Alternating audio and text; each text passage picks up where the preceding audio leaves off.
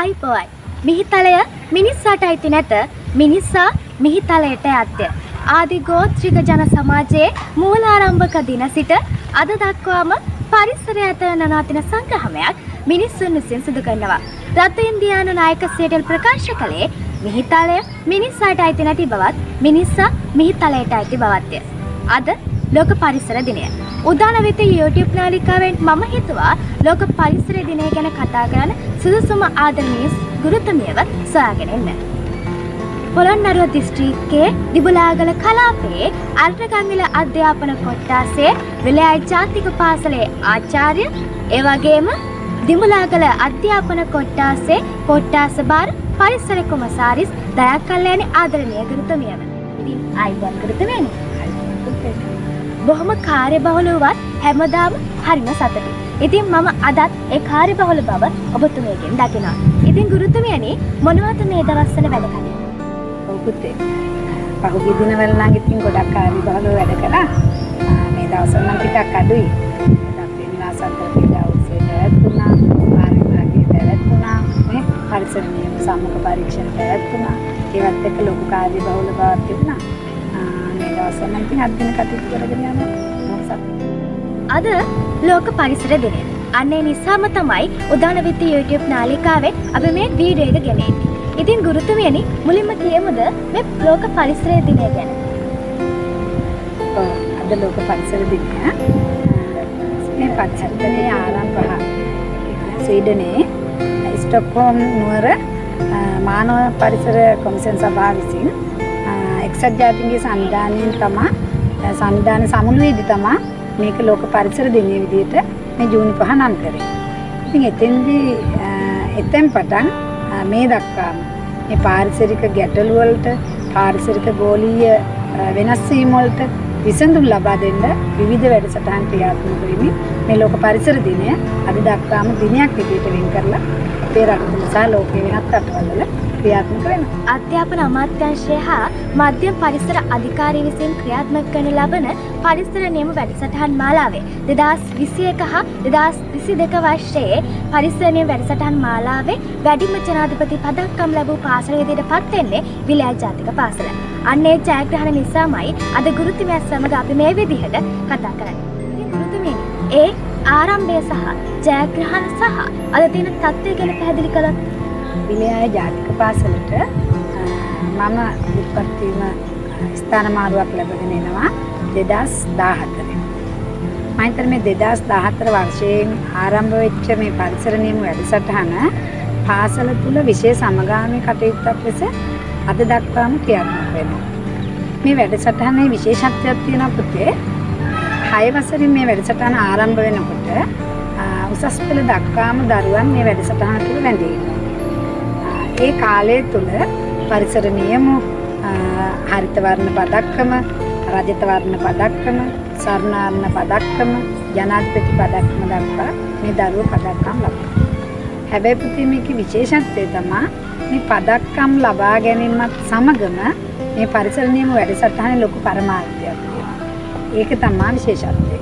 ඒ තමයි 6 ශ්‍රේණියේ කියන්නේ පුංචි මනසක් වෙන පුංචි දරුවෙක්. ඉතින් මේ 6 ශ්‍රේණියේ ඉඳලා දරුවෙක්ගේ මනසට මේ පරිසරය පිළිබඳ පණිවිඩයක් අපි දෙන්න උත්සාහ කරනකොට ඒ දරුවගේ මුළු ජීවිත කාලයටම පරිසරය සුරකින්න ඕනේ, පරිසරය රැක ගන්න ඕනේ කියන ආකල්පය ඇවිල්ලා දරුවා උසස් පෙළ පන්තියට යනකොට. ඉතින් අපි හැමෝම ආසයිනේ ජයග්‍රහණ ලබන්න, සම්මාන ලබන්න නේ. ඔව්. මේ ජයග්‍රහණ සම්මාන පදක්කම් තුල ගොඩ නැගුණේ ඊට පිටිපස්සෙන් තිබුණේ ඒ දරුවාගේ ජීවන චරිතය සහ පරිසරයට හිතෙති දරුවෙක් බිහි කිරීම මේ වැඩසටහනේ පරමාර්ථය. ඉතින් මේ හිතෙති දරුවෙක් පාසල තුලින් බිහි කරන්න මට ලොකු ශක්තියක් වුණා මේ පිළිය ජාතික පාසලේ පරිසර නියම දරුවෝ. ඒ නිසා තමයි මට පුළුවන් වුණේ 2022 වර්ෂයේ දිවයිනේම පරිසර නියම ජනාධිපති පදක්කම් ලාභීන් අතරින් 126 දෙනෙක් හිටියා. මේ 126 දෙනා අතරින්ම වැඩිම සිසුන් සංඛ්‍යාවක් නැත්නම් පරිසර නියමුවන් සංඛ්‍යාවක් ජනාධිපති සම්මානයට පාත්‍ර වෙනවා. ඒ විතරක් නෙමෙයි. ඒ 126 දෙනා අතරිනුත් ඉහළම ලකුණු ලබා ගනිමින් මම හිතන්නේ WM වරුණි හංසිකා කියන දියණිය ලකුණු 89ක් ලබාගෙන දිවයිනේම ප්‍රථමයා විදිහට විලය ජාතික පාසලට අභිමානයක් ගේන්න සමත් වුණා. ඉතින් ඒ 2022 වර්ෂයේ එතනින් නොනැවති 2023 වර්ෂයේදී දිවයිනේම වැඩිම පදක්කම් ලාභීන් ප්‍රමාණයක් විදිහට සිසුන් 13 දෙනෙක් මේ ජනාධිපති පදක්කම් ලාභීන් ලෙස පදක්කම් ලබනවා. ඒ විතරක් නෙමෙයි. දැන් පසුගිය 2024 අවුරුද්දටත් ජනාධිපති පදක්කම් ලාභීන් ලෙස සම්මුඛ පරීක්ෂණයට ඉදිරිපත් වෙන්න හෙට අනිද්දා සම්මුඛ පරීක්ෂණය සූදානමින් ඉන්නවා.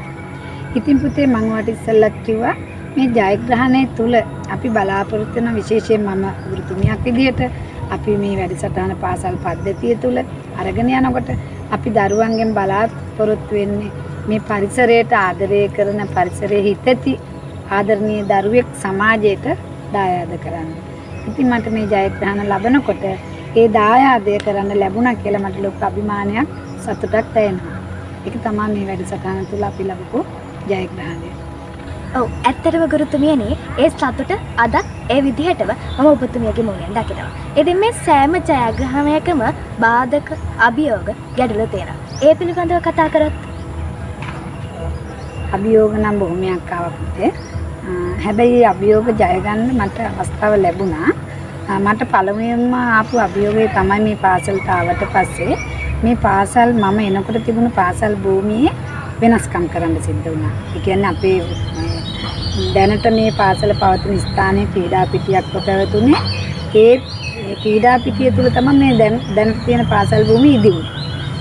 ඉතින් එතකොට ක්‍රීඩා පිටියත් මැද්දේ ගොඩනැගිල්ලක් ඉදි වෙනකොට ඒහා වටපිටාව පරිසරය අපිට හිතා ගන්න පුළුවන්. ඉතින් ඒක මට මගේ පාසල් ජීවිතය තුළ ලැබුණ ලොකුම අත්දැකීම. ඉතින් මට දරුවොත් එක්ක පරිසර නියම වැඩසටහන සහ මේ පාසලේ පාසල් පිළිවෙත සුරකින්න වැඩ කරනකොට ඒ අභියෝගයේ ජය ගන්න එක ගැන මම ගොඩක් වෙලාවට හිතුවා. හැබැයි හරි අපූර්වට ඔයාලට පේනවා ඇති මගේ සතුට තුළ ඔබේ සතුටත් ඇති එතන. මට එතන අපේ විලය ජාතික පාසල අද බලනකොට අතන සියලු දෙනාගේම සිද්ධියක් නම් ඉතාම සුන්දර පාසල් පරිසරයක් විදිහට සකස් කරන්න මට හැකියාව ලැබුණා.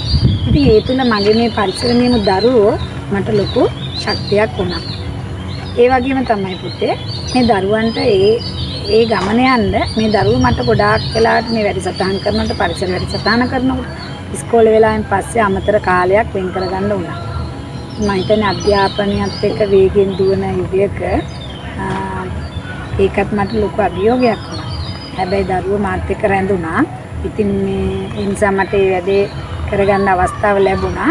ඒ විතරක් නෙවෙයි එතකොට ඒ දරුවෝ හවස ඉඳලා ගෙවල් වලට යනකොට මේ ප්‍රදේශයේ බොහෝ අවස්ථාවල බොහෝ තැන්වල තියෙනවා වනාලින්ගේ ගැටලු.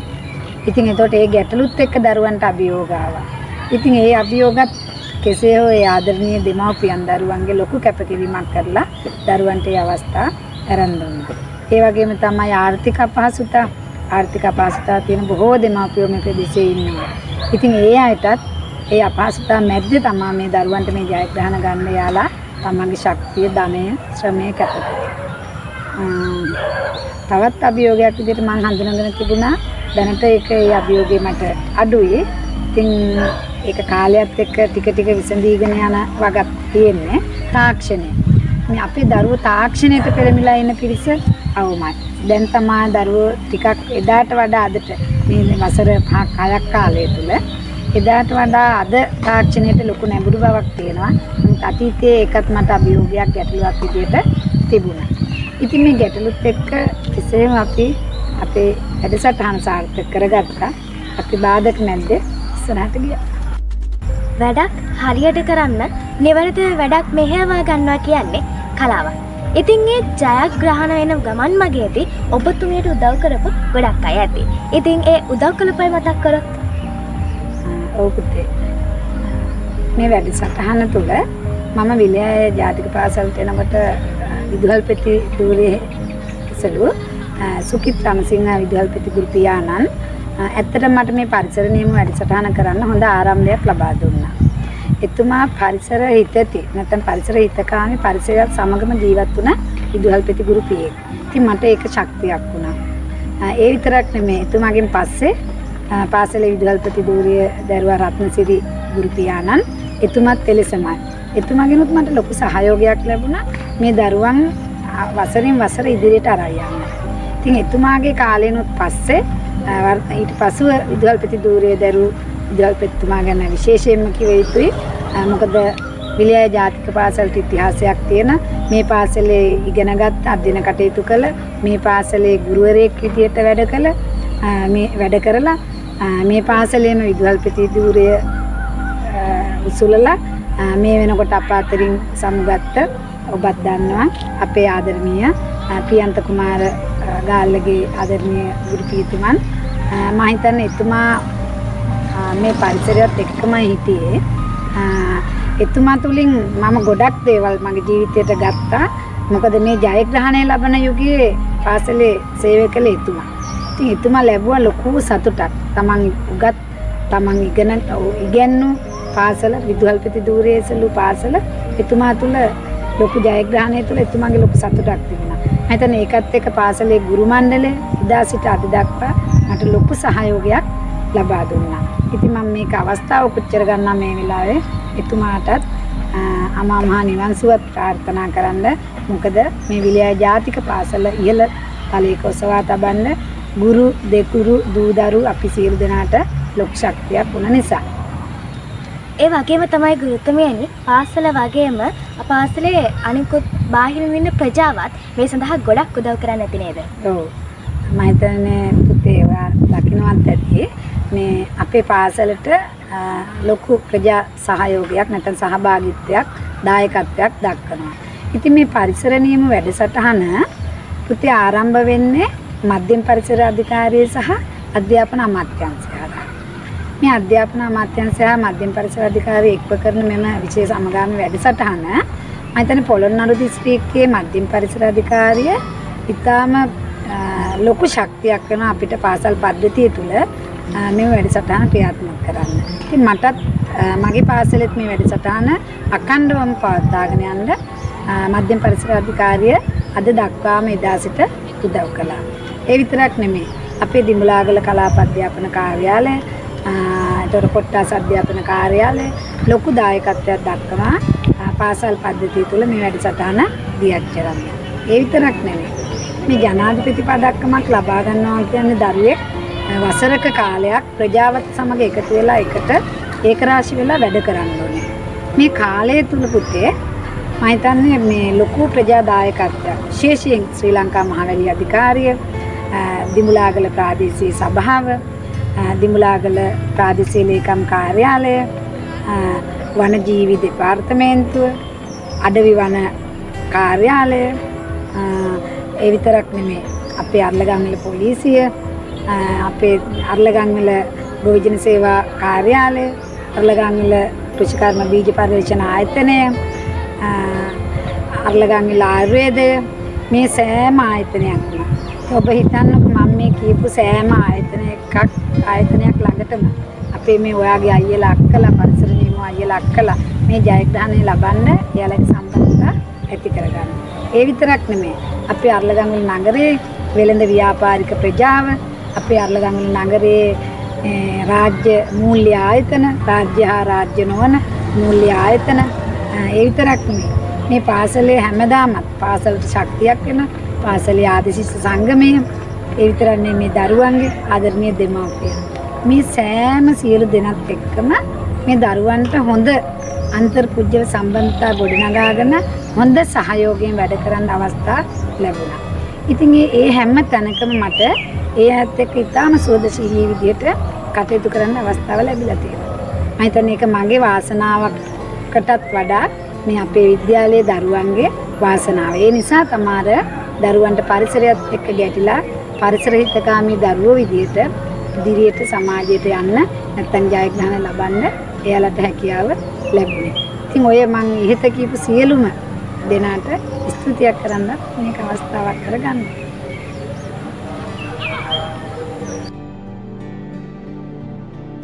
ඒ වගේම තමයි ගුරුතුමියනි ඔබතුමියට පරිසරයේම කොටස් කොමසාරිස් තනතුර ලැබුණේ කොහොමද සහ ඒ තනතුරේ වගකීම් මොනවාද? ඔව් පුතේ. මේ පරිසර නියම කොට්ටාස කොමසාරිස් තනතුර ලැබුණේ මේක සිද්ධ කරන්නේ මධ්‍යම පරිසර අධිකාරිය. අධ්‍යාපන අමාත්‍යාංශයේ මූලිකත්වයෙන් දායකත්වයෙන් මධ්‍යම පරිසර අධිකාරිය මේක ක්‍රියාත්මක කරන්නේ පාසල් පද්ධතිය තුල පරිසර නියම වැඩසටහනේ හරිත වර්ණ පදක්කම දක්වා කටයුතු කළ වසර 3ක් මේ කාර්ය පිළිබඳ පළපුරුද්දක් ඇති ගුරු භාවතුන්ට තමයි මේ අවස්ථාව ලබා දෙන්නේ. ඉතින් ඒ විදිහට මට මේ කොට්ටාස කොමසාරිස් තනතුර ලැබෙනවා අර්ලගංගල කොට්ටාසේ.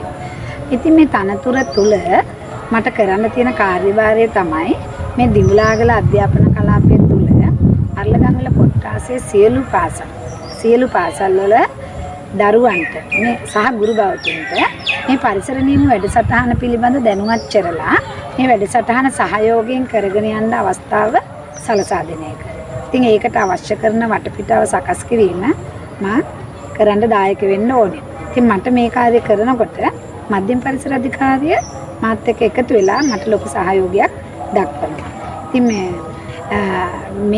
මෙම කාර්යයේදී මට දායකත්වයේ දක්වන්නේ නැත්නම් මම සහයෝගය ඉල්ලන්නේ පාසල් වල විදුහල්පතිවරු සහ ගුරු භාවතුන්ගේ. ඉතින් මම මේ වෙලාවේ කියන්න කැමතියි පාසල් වල සියලුම විදුහල්පතිවරුන් විදුහල්පති ගුරු පියවරුන් මව්වරුන් පාසලේ සිටින ආදරණීය ගුරු මව්පියවරුන්ට මේට අවස්ථාවක් දෙන්න ඕනේ මේ දරුවන්ට පරිසරය හා සංවේදී දරුවෙකු බිහි කරන්න සහ මේ ජයග්‍රහණ තුලින් දරුවගේ ජීවිතය වෙනස් කරන්න. ඉතින් ගුරු භාවතුන්ගේ මඟ පෙන්වීම ලැබුණොත් දරුවන්ගේ ජයග්‍රහණය නියතයි. ඉතින් ඒ විදිහට තමයි පාසල් පද්ධතිය තුළ මේ වැඩසටහන ක්‍රියාත්මක වෙන්නේ. මගේ කොට්ටාස කොමසාරිස් තුල තියෙන්නේ මේ කාර්යය තමයි. ඉතින් ගුරුතුමියනි අද දවසේ මේ වීඩියෝ එක බලන මේ හැමෝටම ගුරුතුමියට දෙන්න තියෙන පණිවිඩය මොකද්ද? ඔව් පුතේ. අද ලෝක පරිසර දිනය. ඉතින් මේ ලෝක පරිසර දිනයේ දවසේ අපේ මෙවර 2025 පරිසර දින තේමාව විදිහට තියෙන්නේ ප්ලාස්ටික් දූෂණය අවසන් කරමු. ඉතින් මේ ප්ලාස්ටික් දූෂණය අවසන් කරමු මෙන් තේමාවක් අරගෙන තියෙන්නේ අපේ රටේ මේ May 30 සිට ජූනි 5 දක්වා විවිධ වැඩසටහන් වෙන් කරලා තියෙනවා මේ දින නැත්නම් සතිය තුල. මේ වැඩසටහන් තුලින් බලාපොරොත්තු වෙන්නේ මේ පරිසරය දිනයක් වෙන් කරලා පරිසරයට හිමි දිනයක් විදිහට දිනයක් වෙන් කරලා මේ අපේ පරිසරයේ අපිට අහිමි වෙලා යන සම්පත් ටික රැකගන්න. ඉතින් මේ පරිසර දින තේමාව තුලින් අපේ වර්තමානයේ රජයත් අපිට පණිවිඩයක් දෙනවා. මොකද්ද? දලුලන්න ඉඩ දෙන්න. මොකද්ද පුතේ මේ දලුලන්න ඉඩ දෙන්න? ඇත්තටම මේ දලුලන්නේ අපේ ජීවිත පුතේ. අපි මේ ජීවිතවලට දලුලන්න ඉඩ දෙන්න ඕනේ. මේ ජීවිතය අපේ මේ පරිසරයේ අපි පැලයක් දලුලනකොට ඒ දලුලන්නේ අපේ ජීවිතයේ පැලයක් සමග. ඉතින් අපි ඒ පැලයට දලුලන්න ඉඩ දෙන්න. අපි සවන් දෙන්න ඕනේ. ඒ පැලේ දල්ලන්නේ කොහොමද? ඒ පැලේට අපි සවන් දෙන්න ඕනේ. ඒ වගේ තමයි අපේ ජීවිතය වෙනස් කරන්නේ. අපේ ජීවිතවලට කතා කරන්න පුළුවන් වුණොත් ජීවිතය දලුලන විදිහ කතා කරයි. ඒ නිසා මම පරිසරයට නැත්තම් සමාජයට මේ පරිසරයත් එක්ක බැඳුණු සියලු දෙනාට දෙන පණිවිඩය තමයි අපේ ජීවිතවලට දල්ලන්න ඉඩ දෙන්න. එහෙම වුණොත් අපේ පරිසරයත් අපිට ලොකු ආශාදයක් දෙයි. ඒ තමයි පුතේ හොඳින් වැඩුණු දලුලා වැඩෙන පැලය නැත්තම් බීජය කවදා හෝ දවසක අපිට කියයි පරිසරයේ සුන්දරත්වයේ තුලින් අපේ ජීවිත වෙනස් කරතු ඇති. මෙතන ඒක තමයි අපේ බලාපොරොත්තු අනාගතය. ඉතින් අද දවසේ ලෝක පරිසර දිනයට සමගාමීව පරිසර නියම වැඩසටහන් මාලාවේ ජනාධිපති පදක්කම දක්වා මේ සියලු දරුවන් රැගෙන යාමට කැප වුණු විලයි ජාතික පාසලේ ආචාර්ය ඒ වගේම දිබුලාගල අධ්‍යාපන කොට්ටාසේ පරිසර කොමසාරිස් ගුරුතුමිය වන දයා කල්‍යාණි ගුරුතුමිය ඉතින් අද දවසේ උදාන විත්ති YouTube නාලිකාවට සම්බන්ධ වීම පිළිබඳ ඔබතුමියට බෙහෙවින් ස්තුතියි. පුතේ ඔයා මට ස්තුති කරා වගේ මටත් ඔයාගෙන යමක් කිව යුතුයි. මම හිතන්නේ මේ උදානාවිත් YouTube නාලිකාව තුළ මම දකින්නේ ඔයා හරි දක්ෂ දියණියක් විදියට. ඒ විතරක් නෙමෙයි අපේ විලයයි ජාතික පාසලට ඔයා හරි මැනිකක්. මම හිතන්නේ මං විතරන්නේ පාසලේ ගුරු භාවතුන් සියලු දෙනා ඔයා ගැන කතා කරනවා. මේ ඔයාගේ අපි හඳුනාගත්ත දක්ෂතා, කතන හැකියාව, නායකත්ව කුසලතා ඒ විතරක් නෙමෙයි පුතේ. මෙතෙක් වෙලා ඔයා මාත් එක්ක ඊටාම සුවදශීලී සංවාදයක යෙදුනේ මගේම ආදරණීය පරිසර නියම හරිත වර්ණ පදක්කම්ලාභී දියණියක් ලෙස. ඉතින් මට ඒකත් හරි ආඩම්බරයි. ඉතින් මම මේ වෙලාවට කියන්නේ මේ ඔයාගේ YouTube නාලිකාව බලන ඔයාගේ සහෝදර සහෝදරයන්ට කියන්නේ ඔබ තුල සැඟවිලා තියෙන දක්ෂතා ඉදිරියට අරන් යන්න තමන්ගේ කුසලතා වර්ධනය කරගන්න තමන් උත්සාහ කරන්න ඕනේ. තමන්ගේ උත්සාහය තුළ ජයග්‍රහණය කරා යන්න තියෙන ඉඩකාඩ වැඩි. ඉතින් ඒ නිසා පුතේ ඔයාට මම සුබ පතනවා. ඔයාගේ අනාගතයේ ඉදිරි කරන තියෙන වැඩ කටයුතු ඉතාමත් හොඳින් සාර්ථකව කරලා රටට දැයට වැඩදායක හොඳ පරිසරිතකාමී දියණියක් විදියට සමාජයට වැඩදායක පුරවැසියෙක් වෙන්න ශක්තිය ධෛර්යය ලැබේවා කියලා. තවත් දවසක උදානවිත්ති YouTube නාලිකාවේ මෙවැනිම හරවත් රසවත් වීඩියෝ නරඹන්න අපි සමගම රැඳී සිටින උදානවිත්ති YouTube නාලිකාව subscribe කරන්න. ඒ වගේම ඔයාට මේ වීඩියෝ ගැන හිතෙන දේවල් පහලින් කමෙන්ට් කරන්න.